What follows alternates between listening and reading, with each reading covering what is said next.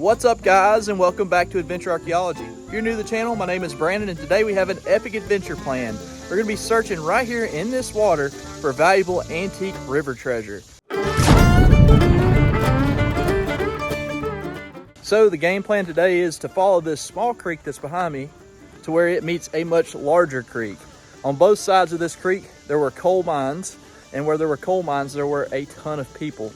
People always ask how we pick these spots to hunt for river treasure. Well, honestly, it all comes down to how many people were in the area. And I know this spot was highly trafficked well over a century ago, and this creek is absolutely loaded with glass and bricks from all of the structures that were around here. So my hopes are up, and maybe we'll come up with something cool today. This is gonna be the first find of the day. This is gonna be an old whiskey jug top right here. You can tell by how short that neck is and where the handle meets that more than likely this is going to be from the late 1800s, and we are on the right trail to find something pretty cool today. Looks like right here we've got a broken hobble skirt. Let's see if it's worth making a drinking glass out of. Oh, it's got a flash all the way down to there. It was just a patent D. Let's see what this is right here.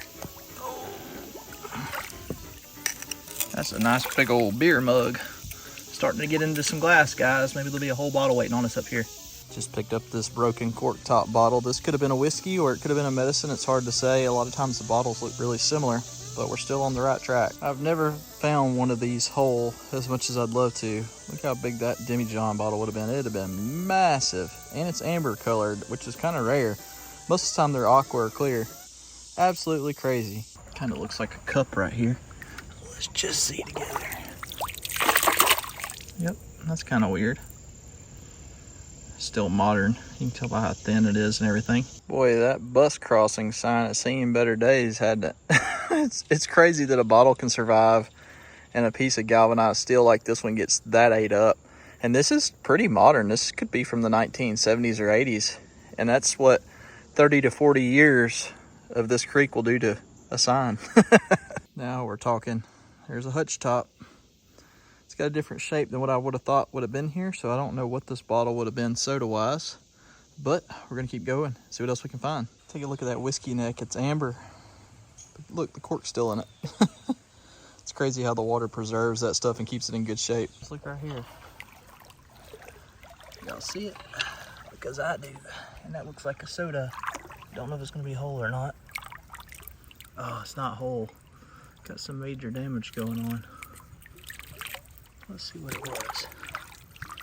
That would have been a Pioneer Circle Slug. You can barely make the embossing out right there. Man, thought I had a whole one, guys. Getting closer anyways. It took a little while, but I got my first whole bottle that is period, and it's just gonna be a Vaseline. And these are pretty common, but it is a good sign that this thing survived. I see what appears to be a neck of a bottle right here. We're about to find out together. Oh, yep, another one of the whiskeys. Dang, I wish one of these would be whole in here. Guess the rocks have been really wrecking them. See, I bottomed to a bottle right here. Let's see if it's gonna be a good whiskey glass or not. Oh. Nope. Broke right in half in the middle of the circle slug. Ah, so close. Guys, this is a beautiful spot other than the crazy amount of mosquitoes. Mosquitoes are insane right now. I'm doing my best to keep moving without walking over top of anything and enjoying the scenery at the same time. Check out this mason jar lid. Patented May 5th, 1896. Got some chipping around the edge, but it doesn't belong in here, so we're gonna take it out with us. Just pulled another street sign out. This one's in a little better shape. Not a ton though. I see what appears to be a piece to a big soda bottle right here. What I mean by big soda is that's actually the name brand. It should be from Jasper. Yeah, you can see what it said, Big Soda up there. And Jasper, Alabama. I have found several of these through the years. Sadly, the embossing's all above that, so that's not a good whiskey glass. But it doesn't belong in here, so let's get it out. Looks like I may have a whiskey glass candidate. How do you like how it's just laying here? Let's give it a quick rinse and double check. See these up here? They say try me at the top, but they've also got try me down here. And the way these are barred, they make a great spot to cut at. And this one's from Birmingham. So yeah, just got us a whiskey glass, guys. Excited about that one. It's hard to tell, but the water right here is pretty deep. It's over waist high. And it's still early this morning, so it's cold. So I'm walking this underwater log right here to keep from getting super deep into it. Plus it gives me a better vantage point for being able to look down into the water and seeing much deeper. The higher or the taller that you are, the better it is for being able to spot stuff on the bottom, at least if you're in clear water. So also a very valuable asset for doing this kind of stuff is Sanborn fire insurance maps. A lot of people use this to help them locate privies. Sadly, in our area, we had what I call world champion privy dippers. And a lot of times in the bigger cities here, they used privy closets, which actually had a drawer below the closet that caught all of the waste. So our area is not a great spot to dig privies, that's for sure. If you haven't noticed, we stay in dumps and creeks primarily. However, Sanborn maps can be used to help you find where there were old structures. And that's actually how I used the maps for this particular spot, was to just see where the structures were. And then I can focus in on the creek or the riverbank closest to where all of the buildings were. I got out to walk up and around the creek bank, and this is one of the structures that we spotted on the Sanborn that's right on the side of the creek bank. Now, whether this was a store or a house, I have no clue. The one thing that I do know is if you look right over there, that's brick on the end of it, and you can actually see the brick pylon right there. This brick's not quite as old as I want it to be, which would explain the deco style bottles. So this spot right here is probably going to be primarily 1920 stuff. However, I did find some hutch pieces, so you never know what old may be mixed in with the new. So I walked over this. I just walked up this little branch and was walking back down. I didn't even see it on the way in. I see it on the way back though. Little flask, it's seen better days. But there again, it just shows that we're on the right trail. I've probably said that 15 times today with all of the glass pieces that I found. But it seems like I've got to go just a little bit further. I've been seeing a little bit of footprints here, so I don't know if it was kayakers, fishermen, or other bottle hunters. So what I like to do is I like to get past where the footprints are, because then you got a higher chance of finding something cool. I just snagged this right here in the real shallow area. That is an ACL Pepsi Cola. You can see right up there it's embossed Pepsi Cola around the top, but that applied color label is actually still on this bottle, which is pretty cool. Let's see if we got a town on it. It says bottled under authority of Pepsi Cola Company, New York, New York. That's all right, I'll take that bottle. I know that the ACL's seen better days, but it is embossed around that rim, and it's a pretty cool bottle. We'll take it. Not quite as old as what we want, but there again, it's old glass, and I can't complain too much. It looks like we got a little bit of a log jam that I'm about to have to crawl through right up here. I'm taking the high road. That big rope, that's a big old rope right there, guys. Decided to climb up and over instead of going under, just because of the snake factor. It seems like the snakes like to hang out on these logs that are over top of the water, so I'd rather be above them than below them. Just snagged this bag off the bottom. What do y'all think's inside? Just sand, maybe? Ooh, that water's black coming out of there, I know that.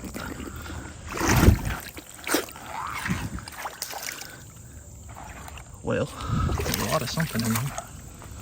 Let's dump it out and find out. Oh, it was a makeup bag.